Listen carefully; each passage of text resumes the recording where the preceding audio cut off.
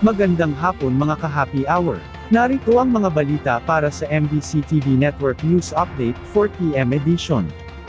5-year validity ng registration para sa mga bagong sasakyan, target simulan sa February 15. Yan ang MBC TV Network News ni Kyle Bulias. Palalawigin na ng Department of Transportation ang validity ng mga bagong rehistradong sasakyan. Ayon kay Transportation Acting Secretary Giovanni Lopez, mayroon ng inisyal na approval mula kay Pangulong Bongbong Marcos ang mungkahing gawing 5 taon ng validity nito mula sa kasalukuyang 3-year validity.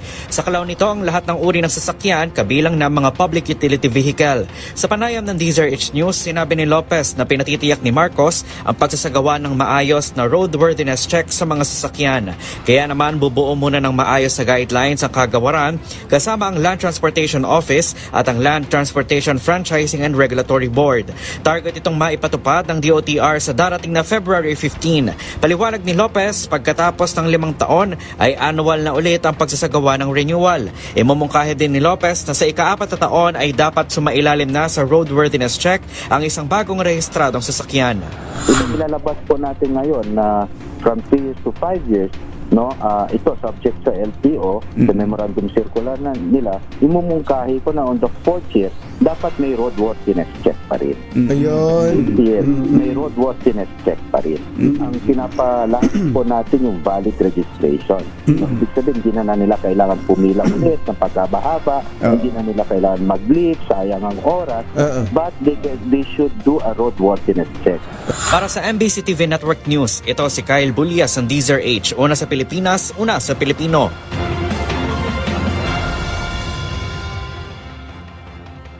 Samantala, AFP irerespeto ang democratic process sa harap ng impeachment complaint versus PBBM. Yan ang MBC TV Network News ni Edniel Parosa. Iginagalang ng militar ang paggulong ng demokrasya sa harap ng mga impeachment complaint laban sa kanilang Commander-in-Chief na si Pangulong Bongbong Marcos. Ito ang sinabi ni Armed Forces of the Philippines spokesperson Colonel Francel Padilla matapos ang paghain ng tangkang pagpapatalsik sa presidente kaiba sa nakaraang mga pagikayat na bumaliktad ang kasumdaluhan. Tiniyak ni Padilla na maranatiling non-partisan at apolitical ang AFP at hahayaan nila ang usapin sa mga kaukulang ahensya ng pamahalaan. We remain a professional organization.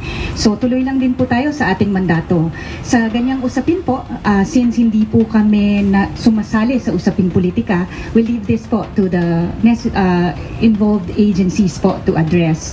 At this point in time, we are trusting our democratic processes to take its due course. Makailang ulit nang nakiusap ang sandatahang lakas na huwag silang kalagkarin sa politika at sa halip dalhin sa tamang proseso ang mga reklamo sa administrasyon. Inilutang din ng AFP na may namamonitor silang pagsubok na siraan ang kanilang hanay bago anibersaryo ng EDSA Revolution ngayong buwan ng Pebrero. And this narrative is following a script-like pattern across different platforms. So, hindi na ito isolated, but it seems to be an orchestration rather than coincidence. Kabilang umano rito ang mga naging pahayag ni na Army Colonel Odi Mungao at dating Governor Chavit Singson. Para sa MBC TV Network News, ako si Edniel Parosa ng DZRH, una sa Pilipinas, una sa Pilipino.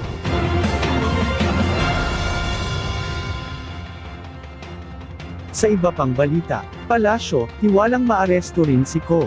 Nananatiling kumpiyansa ang Malacanang na maaresto ang mga high-profile na mga kriminal kasama na tinukoy ni Presidential Communications Undersecretary Claire Castro si dating Ako Bicol Party List Representative Zoldy Ko. Sinabi ni Castro na tuloy-tuloy ang ugnayan ng gobyerno sa International Criminal Police Organization para mahanap si Ko. Naniniwala ang opisyal na dahil sa maganda ang ugnayan ng gobyerno sa Interpol, ay mapapabilis ang pag-aresto kay Ko. Una nang sinabi ng National Bureau of Investigation na wala pang red notice na inilabas ang Interpol laban kay Ko, magugunitang si Ko ay nahaharap sa mga kaso dahil sa anomalya sa flood control projects. At yan ang mga balita para sa MBC TV Network News Update 4 PM edition. Abangan ang mga susunod na balitaan mamaya para sa 5 PM edition.